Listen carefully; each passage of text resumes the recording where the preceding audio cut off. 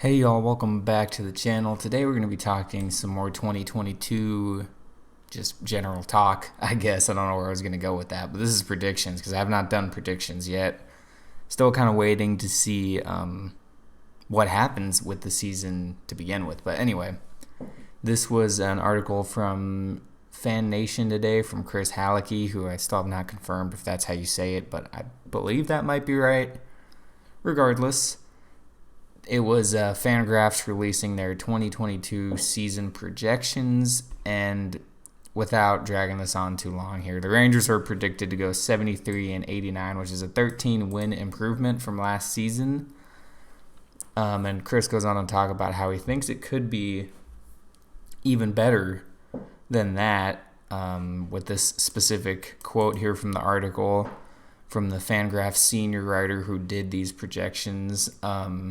And they did a ton of simulations, and the problem was when the team lost a few starting pitchers for a long time, it would just go to crap, basically. So that has been something fans and probably the team alike, they know this, have been saying for a long time, is they got to get a good rotation going. And you'll notice in the years that they did have success, 2015 and 16 most recently, they had Cole Hamels would be the for sure guaranteed ace all the time, and they had some depth in those rotations as well as a pretty solid bullpen, all things considered. I mean, they won like 90-something games in 2016, so I would agree with that. If they don't have a lockdown rotation, then it will be, a nearly unmitigated disaster, as Dan put it so perfectly here.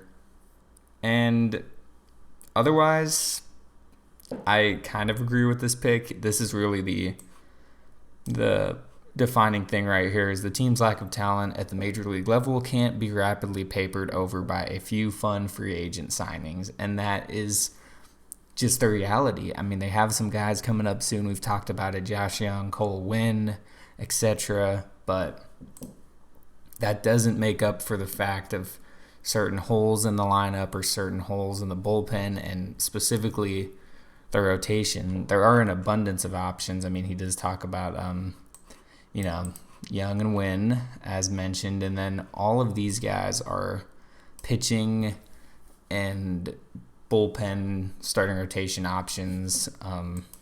Like I talked about in my predictions video, you got John Gray is going to be the number one, then Dane Dunning and Hearn, and maybe Winn. Leiter will not be this year, more than likely. AJ Alexi's an option, Glenn Otto, Spencer Howard. So they have all of these options, and they do have depth, but a lot of these guys haven't had the chance to become full starters yet.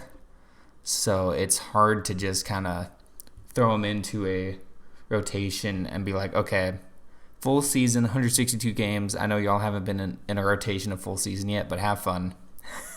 Which goes back to the injury part, I don't know how much Glenn Otto has had, even in the minor leagues, experience in a rotation. Just as an example, Spencer Howard, etc. These guys start getting over 100, 120, 140 innings. And it is a lot of innings to pitch these days. That's just the way the game is, but especially if you haven't been in the league long enough. So my point with all that is the rotation is still the question mark, and hopefully if this lockout ends, they go and get someone like Kershaw. They might go get someone from the Reds, probably not Castillo, but maybe they get Sonny Gray, so then you got John Gray, Sonny Gray, a lot of Gray going on in the rotation there, Clayton Kershaw, Dane Dunning, who should be pretty promising this year, and Taylor Hearn, who has been solid. So yeah, that's what's important, is to not make these two signings be like, oh my God, that fixed all their problems. It certainly helped in a lot of ways, solidifies the middle infield. And I've talked about it before, they'll have one of the better infields in the AL and really in all of baseball. But it still leaves a lot of other areas that they need to solidify. So that's specifically for the Rangers. I wanted to look more interestingly at the AL West here. Got the Astros at the top once again. Angels right at 500, Oakland right at 500, which is interesting. In both of those cases, that's pretty interesting. The Mariners was that like one game under 500, and then Texas one game below 90 losses. And they do mention that Trout and Ohtani are a reason that their projections are not as low as they end up being. And that is because this is a not quite as extreme yet, but you could perceive what the Rangers have just done as a Trout and Ohtani type situation. And I'm not saying that Marcus Semien and Corey Seager are on those levels, but I'm saying you get two absolute superstar players, but no one else around them. And that is where many teams fail, is if you don't have a team around these superstars, then that causes some issues. It is still interesting, though, how they have the Astros at the top of the division. I mean, I get it. I think the A's always have a decent shot, and the Mariners did almost make it last year. I talked about that in my last video. So you can't sleep on them too much. But you can see here, 1% chance to win the division, 2% for a wild card, 3% to make the playoffs, and a 0.2% chance to win the World Series. So, hey, it's not zero, But as I've talked about in my book, if they go into this 76, 78 win range, that would be an insane turnaround for one off season. I mean, we're talking a team that just won 60 games, winning upwards of 80 potentially the next year. I mean, 20 win improvement it has been done, but that's insane if they pull it off. Now, I don't think that would be enough for them to get a wild card spot. As you can see, 2% chance. And then I guess, okay, it looks like they do it looks like they add those up. I was like, how do they get the playoff percent chance? But it looks like they just add those two up and end up with the playoff percent number. So all things considered, that's a pretty decent prediction.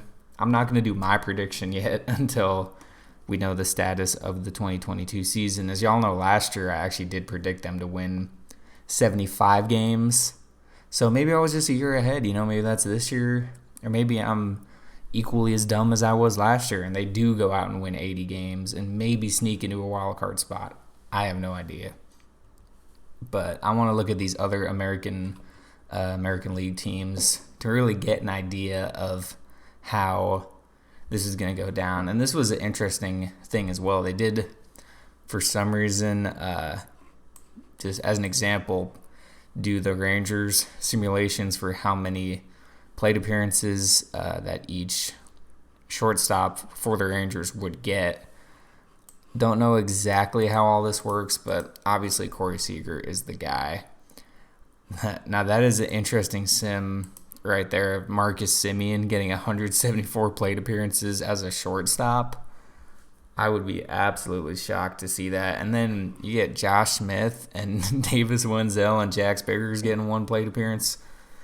That would be interesting. But yeah, that's why simulations get kind of crazy. Anyway, though, I do want to look at the other divisions to get an idea of what the playoffs might look like based on these projections. So, of course, AL West is mostly going to be the Astros coming out of there. They have the White Sox slated to win the Central, which makes sense, and the Cleveland Guardians going 78 and 84. I haven't really been following them too closely, but, that seems to be where most teams are these days, is kind of floating around 500. And lastly, we have the East, the Beasts of the East, kind of producing all the good teams right now except Baltimore, who has a 0.1% chance to win a wild card, or to get a wild card spot, rather. But Yankees, Blue Jays, Tampa, and even the Red Sox all have pretty decent chances of getting a playoff spot.